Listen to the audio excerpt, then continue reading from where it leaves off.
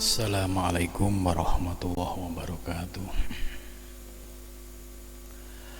Ila khadrati Nabil Mustafa Rasulillah sallallahu alaihi wasallam wa ala ikhwanihi minal anbiya wal mursalin wal awliya wasyuhada wasyolihin wal malaikatil muqarrabin, khususan musannif handal kitab Syekh Muhyiddin Ibn Arabi, wa khususan Syekh Bauddin, wa khususan Imam Ghazali, wa khususan masyaykhim wa khususan asyadidi wa asyadidi, wa khususan lahumul Fatihah. A'udzu billahi minasyaitonir rajim. Bismillahirrahmanirrahim. Alhamdulillahi rabbil alamin arrahmanir rahim maliki yaumiddin iyyaka na'budu wa iyyaka nasta'in ihdinas siratal mustaqim siratal ladzina an'amta 'alaihim ghairil maghdubi 'alaihim waladdallin. Amin.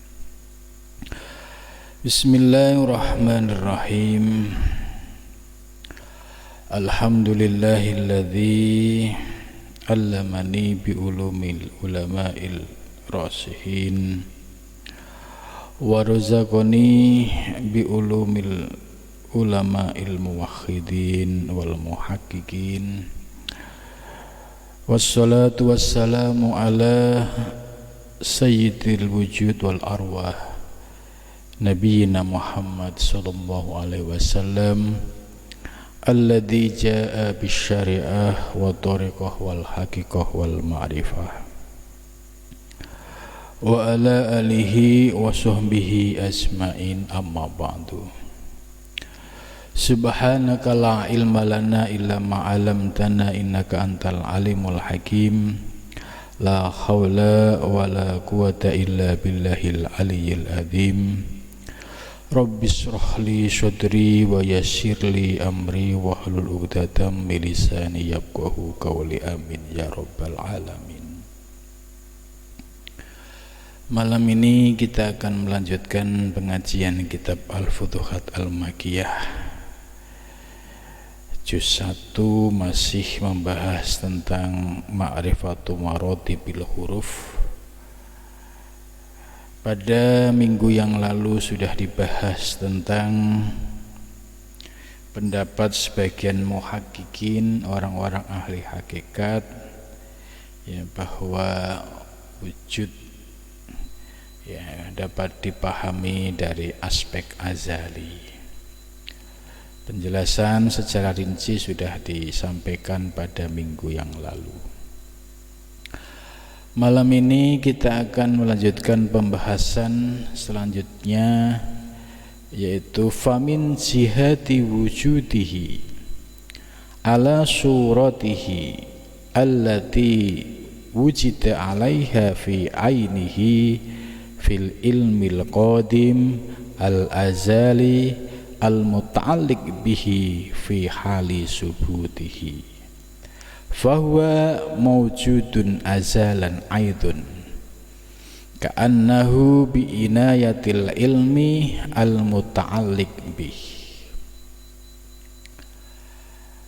Famin jihati wujudihi, ini maksudnya jika dikaji dari aspek wujudnya, ya, wujud bisa wujud insan, bisa wujud alam semesta, ya, ala suratihi, atas rupanya,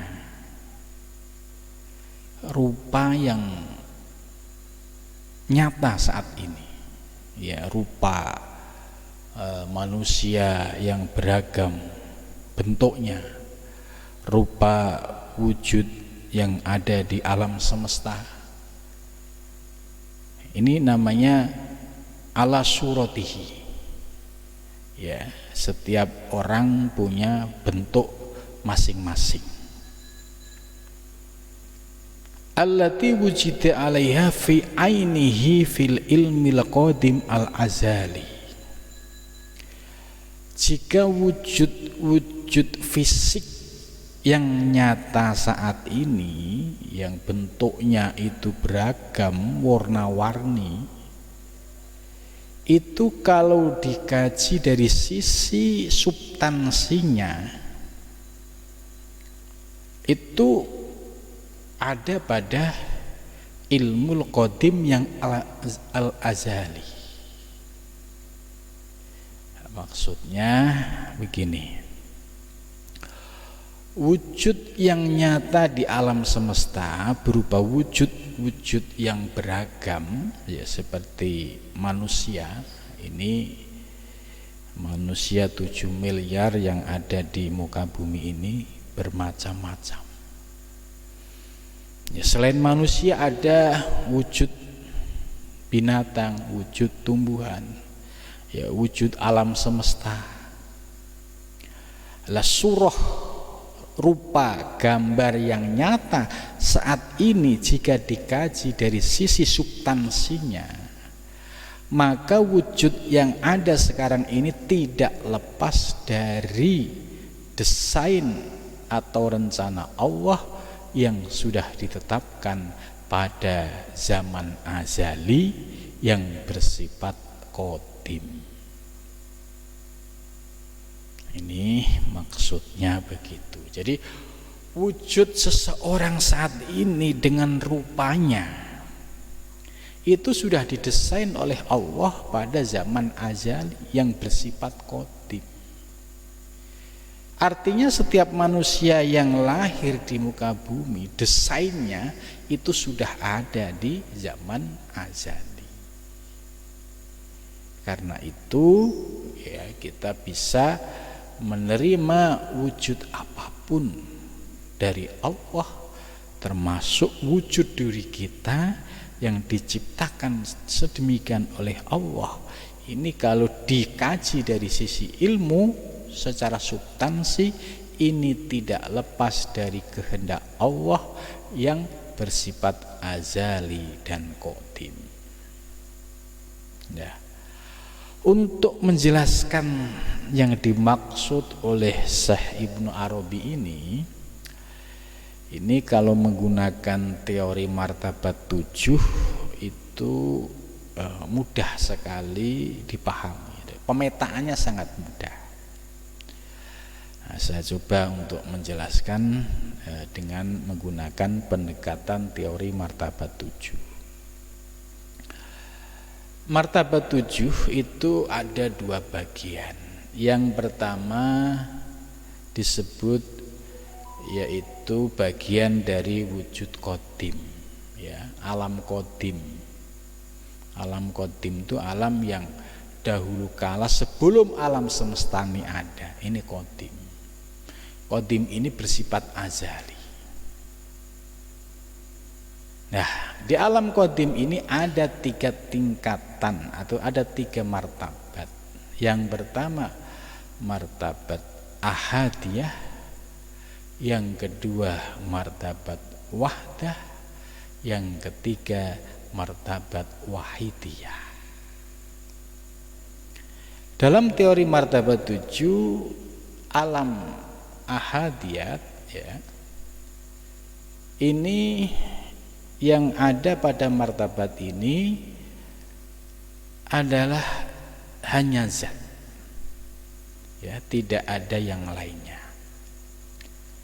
Nah, terkait dengan martabat ahadiyat yang ada hanya zat, kita diingatkan oleh hadis Nabi tidak boleh berpikir secara mendalam soal zat ini karena akan rusak, ahmak. Ya, menurut hadis Nabi, tafakkaru fi khalqillah wala tafakkaru fi dzatillah. Berfikirlah tentang ciptaan Allah, tapi jangan berpikir tentang zat Allah. Maka dalam martabat ini kita hanya paham di martabat ini yang ada hanya zat. Kemudian pada martabat wahdah ini sudah mulai berkembang, ya, dari zat turun di wahdah menjadi zat dan sifat. Zat dan sifat ini secara teori disebut juga ya, sebagai hakikat Muhammad, atau juga ada istilah lain disebut Nur Muhammad. Ini adanya di wahdah. Di alam wahdah ini ya, adanya zat dan sifat ibarat dalam martabat ini Allah ingin menciptakan alam semesta, tapi di martabat ini masih bersifat ide, gagasan yang sifatnya masih mujmal. Ya, contoh kalau ada orang mau bikin masjid, saya mau bikin masjid bentuknya begini, ini kan masih gagasan. Nah, di alam wahdah ini ya, Allah sudah punya rencana. Maka di dalam hadis qudsi ya, terkait dengan martabat wahdah ini, ada hadis qudsi yang berbunyi kuntu kanzan mahfiyan. Aku ini perbendaharaan yang tersembunyi, artinya perbendaharaan yang tak terbatas. Kemudian selanjutnya fa khalaqtul khalqa, aku menciptakan makhluk. Fa inni uhibbu an u'raf, aku ingin dikenal, gitu. Fa inni uhibbu an u'raf, aku ingin dikenal, maka fa khalaqtul khalqa, aku ciptakan makhluk. Fabi ya'rifuni, maka denganku pula dia mengenalku. Itu artinya di martabat ini ya, Allah menyampaikan bahwa kuntu makanzan mahfiyan, fa inni uhibbu an u'raf fa khalaqtul khalqa fabi ya'rifuni. Jadi Allah ingin dikenal, maka diciptakanlah makhluk. Makhluk ini denganku ya'rifuni, dengan anugerah Allah dia baru bisa mengenalnya. Tanpa anugerah Allah sulit untuk bisa mengenalnya. Di martabat ini juga ya muncul beberapa hadis ya, seperti ana min nurillah wal alamu minni. Ya, ini yang disebut makom Nur Muhammad. Aku min nurillah, aku diciptakan dari cahaya Allah. Wal alam, dan alam semesta itu minni, dari cahayaku. Maka tanpa Nur Muhammad niscaya alam semesta ini tidak ada. Hadis yang diriwayatkan oleh Jabir juga sama. Ya Jabir, ini awwalu ma khalaqa nurun, awwalu ma khalaqa wa nurun nabiyika. Pertama kali yang diciptakan oleh Allah yaitu nur nabimu. Maka di martabat wahdah ini ya, Allah sudah menciptakan Nur Muhammad. Karena dari Nur Muhammad inilah nanti akan tercipta alam semesta. Nah, jadi di alam wahdah ini Allah sudah punya rencana ingin menciptakan alam semesta, tapi masih bersifat mujmal, masih bersifat gagasan besar, belum detail. Kemudian baru pada martabat yang ketiga, yaitu martabat wahidiyah. Ini dalam teorinya ya sudah ada zat, sifat, dan asma. Dalam penjelasan selanjutnya di martabat yang ketiga ini wahidiyah. Ya, kalau di wahdah itu rencana yang masih global, di wahidiyah ini rencananya sudah komplit, sudah tafsil, sudah rinci. Ya, seperti Allah ingin menciptakan Adam, menciptakan Hawa, menciptakan bumi, langit seisinya. Ya, dari yang sifatnya global sampai yang bersifat individual. Di alam semesta ini nanti Allah akan menciptakan ya manusia sebagai khalifah fil ardh.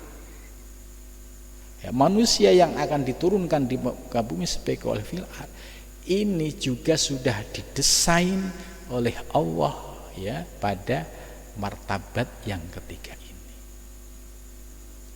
Jadi di martabat yang ketiga wahidiyah ini grand design alam semesta baik yang bersifat global maupun individual seperti kayak urusan kita ini semua sudah ada desainnya di martabat yang ketiga.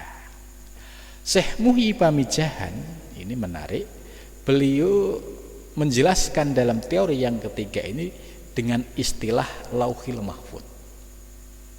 Ini jadi ulama Nusantara ini banyak yang mengkaji martabat 7, tapi setiap ulama ini punya penjelasan masing-masing. Nah, Syekh Muhyi Pamijahan menyebut martabat yang ketiga ini sebagai yaitu martabat Lauhil Mahfuz. Jadi desain alam semesta itu sudah finish ya, termasuk wujud kita, wujud yang akan datang itu semua sudah ada. Nah, inilah grand design alam semesta ini yang oleh Syekh Muhyiddin Ibnu Arabi tadi, inilah yang disebut dengan azali itu di sini. Proses perencanaan secara matang detail itu ada di alam ini.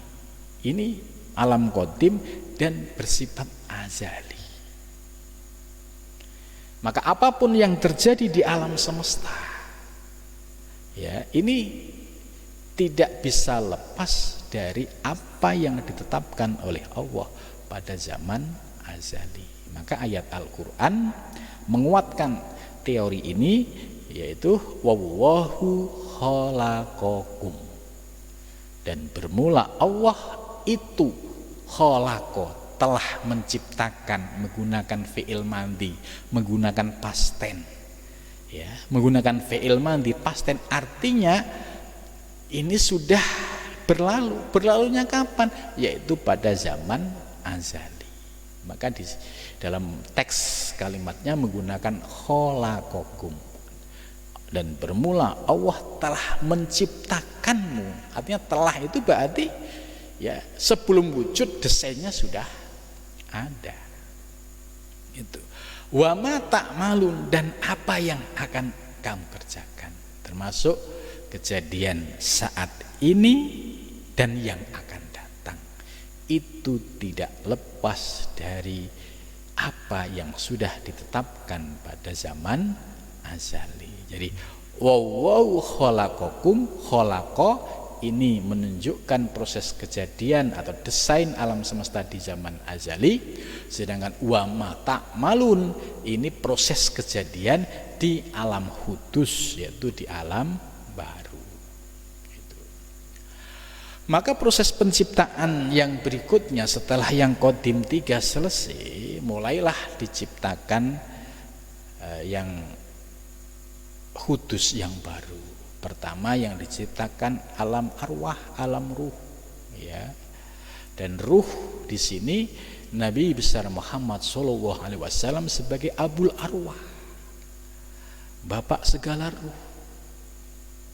Maka kalau kita pengen ya mudah untuk terkoneksi ruh kita dengan Nabi besar Muhammad SAW, ya harus sering membaca sholawat dan memperbanyak sholawat, karena Abul Arwah itu ya Nabi Muhammad SAW. Di alam arwah inilah ya dalam penjelasan ayat Al-Quran, setiap ruh itu telah dikhitab oleh Allah ya dengan firman-Nya alastu birabbikum bala, ya, alastu birabbikum qalu bala syahidna. Ini menjelaskan bahwa semua ruh yang ada di alam arwah itu sudah dikhitab oleh Allah dan mereka sudah menjawab, mereka telah menyaksikan Allah. Artinya setiap manusia punya pondasi tauhid, punya modal makrifah, punya potensi spiritual. Ini ketika posisinya di alam arwah. Kemudian berproses berikutnya ya, di alam misal, yaitu proses akan mulai terbentuknya wujud manusia, mulai dari saripati tanah ya, kemudian terjadi proses ya, pernikahan ya, suami istri berproses, kemudian menjadi nutfah 40 hari, alaqah 40 hari, menjadi mudghah ya, kemudian sampai 7 bulan, wa nufika fihi ruh yang ada di alam arwah ditiupkan. Maka ruh yang ditiupkan ini ya sudah membawa paket hidup yang sudah ditetapkan di zaman azali. Ini sudah ada ya, istilahnya kalau bahasa teknologinya itu sudah ada chipnya ya, setiap manusia itu sudah ada chipnya yang sumbernya di alam Lauhil Mahfuz, dan apapun yang akan terjadi di alam semesta ya, itu akan sesuai dengan catatan yang ada di kitab Lauhil Mahfuz. Setelah berproses 9 bulan ya, di dalam rahim seorang ibu, barulah manusia lahir di alam semesta. Ini yang disebut dengan alam atsam, menjadi manusia secara fisik ya, padahal prosesnya tadi sedemikian rupa. Nah, ketika sudah berwujud manusia, nah, ini tergantung apakah setelah wujud manusia dia akan menjadi manusia yang kualitasnya itu yang prima, yaitu menjadi sosok insan kamil, atau cukup menjadi manusia-manusiaan yang asfala safilin ya, manusia yang kualitasnya rendah, artinya manusia yang tidak mengenal Tuhannya, manusia yang tidak mengenal hakikat dirinya. Lah, disinilah ya proses terjadinya titik balik seorang hamba dalam menuju Allah Subhanahu wa ta'ala. Disinilah kadang Allah menarik hambanya untuk menuju Allah melalui banyak cara ya. Ada yang melalui ujian, ada yang melalui sentuhan-sentuhan kalam hikmah, ada yang melalui sebuah proses rohani, ada yang melalui proses kejadian-kejadian dan peristiwa. Nah, semuanya itu cara Allah untuk memanggil hambanya supaya bersiap-siap untuk kembali menuju Allah Subhanahu wa ta'ala. Maka ketika proses kembali menuju Allah inilah yang disebut sebagai proses perjalanan seorang salikin yang menuju Allah. Nah, dalam menuju Allah itu ada tantangannya, yaitu hawa nafsu. Kita harus mengenal nafsu yang ada di dalam diri kita. Nafsu lawamah, nafsu ini yang harus ya kita tundukkan, dan juga nafsu amarah. Apabila dua nafsu ini menguasai kita, ya niscaya kita sebagaimana yang dijelaskan Al-Qur'an, yaitu sebagai humkal an'am, mereka kualitasnya, derajatnya seperti binatang.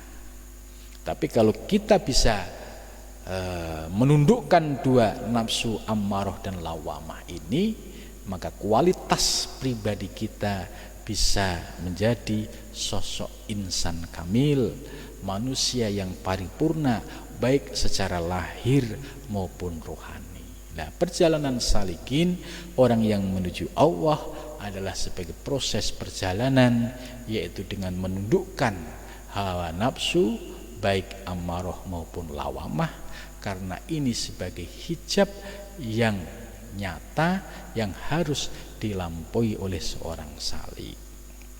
Nah, teknik untuk menundukkan dua nafsu ini yang melalui praktek torekoh, yaitu melalui zikir-zikir, yang zikirnya ini zikir muktabar, yang sumbernya dari para guru dapatnya dari guru, gurunya dapat dari guru, sampai Rasulullah Shallallahu Alaihi Wasallam. Ya, begitu juga teknik menundukkan hawa nafsu juga harus dibarengi dengan suluk, ya, dengan riyadhah mujahadah. Tanpa itu menundukkan hawa nafsu amarah lawamah sangat sulit, sebab dia sudah menyatu di dalam diri kita. Ibarat kopi, gula, air putih itu sudah menyatu, sulit untuk bisa memisahkan. Hanya ya bisa dipisahkan itu kalau digodok lagi kopinya, kemudian dari tutup yang atasnya itu keluar embun. Nah, itu proses inilah yang diibaratkan proses seorang salik, yaitu harus mampu menundukkan, bermujahadah, ya, bertirakat melawan hawa nafsu ini. Jika mampu menundukkan, maka kualitasnya bisa menjadi seorang yang disebut dengan insan kamil. Nah, ini goal dari perjalanan seorang salik. Kalau soal sampainya nanti pada posisi mana, ya kita pasrah kepada Allah. Sebab menurut hadis qudsi, menurut hadis yang lain juga, Allah sangat merespon apabila seorang hamba menuju Allah, itu Allah lebih merespon niatan dan kesungguhan seorang hamba dalam menuju kepadanya. Ya, hadisnya kalau nggak salah begini: barang siapa yang ingin berjumpa dengan Allah, maka Allah juga lebih senang untuk berjumpa dengannya. Itu. Dan di ayat Al-Quran juga banyak memberikan motivasi, janji, ya, kepada kita supaya untuk menuju Allah.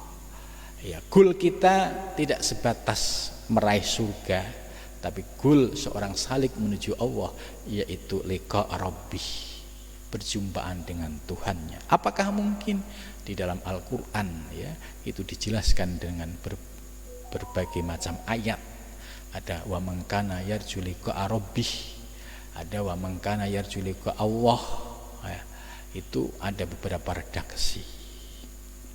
Dan dalam sejarah, ya, sekitar 14 abad, para sufi, ya, mereka inilah yang mengikuti jejak Nabi besar Muhammad SAW dalam menggali potensi spiritualitas supaya bisa merasakan pengalaman-pengalaman rohani hingga sampai menuju usul ilallah. Ya.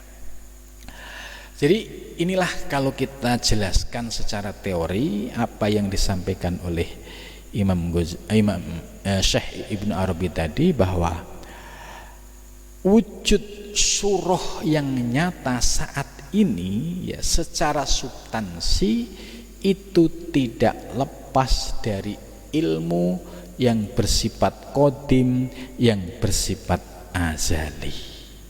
Itu al-muta'alliq bi fi hali subutihi fa huwa mawjudun azalan aidan bi inayatil ilmi al-muta'alliq bi. Ya, seperti kayak wujud kita, rupa kita, ya, enggak lepas dari desain di Lauhil Mahfuz. Itu. Jadi wujud yang ada sekarang, gerakan alam semesta yang ada sekarang, ini juga enggak lepas dari gerakan rencana yang didesain oleh Allah pada zaman azali. Ya, ini. Katakhayyulil ardi bisababi qiyamihi lil jauhar fasara mutahayyan bitabaiyah walihadza khafiyun fihil azal. Nah, namun harus dipahami ya, ketika wujud sudah berproses dari qadim ya menuju hudus, kemudian hudus itu berproses ya menjadi sebuah benda materi, menjadi sebuah wujud fisik, yaitu wujud diri kita, wujud ya manusia yang beragam. Maka ketika sudah berwujud beragam ini ya, manusia itu akan dibedakan bitabaiyati, yaitu dengan karakteristiknya ya. Jadi kalau sudah menjadi wujud yang hudus, yang baru, ini setiap manusia itu kan punya karakteristik yang berbeda-beda ya. Istilahnya itu bisa dilihat dari kualitas proses kejadiannya ya. Unsurnya kan air, api, angin, tanah. Ada yang dominasi api ya. Kalau didominasi api itu tabaiyahnya, karakternya, wataknya itu akan menjadi orang yang mudah menjadi pemarah. Orangnya akan ambisius, orangnya akan gerusa-gerusu gitu. Nah, ini yang disebut tabaiyah. Ada juga yang proses penciptaannya itu didominasi misalkan zat air. Nah, itu nanti karakternya juga beda. Ada yang dominasi angin, ada yang dominasi tanah. Lah, hal inilah yang membentuk watak karakter manusia yang berbeda-beda. Maka dalam dunia thariqah ya, karena unsur proses kejadian manusia ini berbeda-beda dari sisi kualitasnya. Misalkan ada yang dominan apinya, ada yang dominan tanahnya. Ini tentu harus menggunakan pendekatan tirakat yang berbeda-beda. Orang yang dominan apinya ya tentu ini ada tirakatnya tersendiri. Ada yang dominan apinya, ini juga harus menggunakan pendekatan tirakat yang berbeda. Ada yang dominan misalkan anginnya, tanahnya. Unsur-unsur inilah ya, kalau seorang guru itu memahami karakter murid ya, tentu riaduhnya ini berbeda-beda ya. Tapi ada riaduh yang bersifat umum, yaitu seperti riaduh kalau suluk ya suluk bareng. Tapi pasca suluk itu pasti ada penekanan. Ada yang dilanjutkan misalkan dengan puasa Senin Kemis, ada yang dilanjutkan dengan puasa Daud, bahkan ada juga yang puasa dengan puasa dahar ya, terus puasa setiap hari. Ada juga yang tidak puasa tapi cukup mengurangi makanan yang dari ikan atau dari nasi. Nah, ini semua bentuk riadoh dalam rangka tadi menundukkan nafsu yang ada di dalam diri kita, karena setiap manusia itu berbeda-beda. Jadi nggak bisa disamakan si A si B gitu. Ya, tapi ada kalanya sama. Ya, ada kalanya sama, tapi tidak bisa disamaratakan ya. Artinya pasti setiap orang itu punya tabaiyah, karakteristik yang berbeda-beda. Walihaqihi aidun al-azilih al-mujarradah ya. Kalau di mengkaji dari aspek hakikatnya, asal usulnya, ya pasti nggak bisa lepas dari azaliyah, al-mujarrodah, yang murni, anis surah, dari rupa al-muayyanah yang tertentu, al-ma'kulah yang dapat diakal, allati taqbalul qidam wal hudus ala hasabi masyarahna dzalika fi kitabin insyaallah. Itu. Jadi kalau dari sisi hakikatnya ya semua wujud nggak lepas dari sifat azali, ya, yang mujarrodah, yang masih murni, anis surah al-muayyanah, dari bentuk rupa yang macam-macam. Ya benar, ya, kan tadi dijelaskan dalam proses kejadian manusia, ya, mulai dari alam qadim sampai alam kudus. Nah, ini kan sudah ada tahapan-tahapannya. Ya, ketika di alam qadim, ya sebagaimana tadi, ya, yaitu sudah disetting, didesain oleh Allah dalam Lauhil Mahfuz, dan itu di sana sifatnya azali dan mujarrodah, ya, belum ada material fisikly apapun itu, dan belum ada surah al-muayyanah.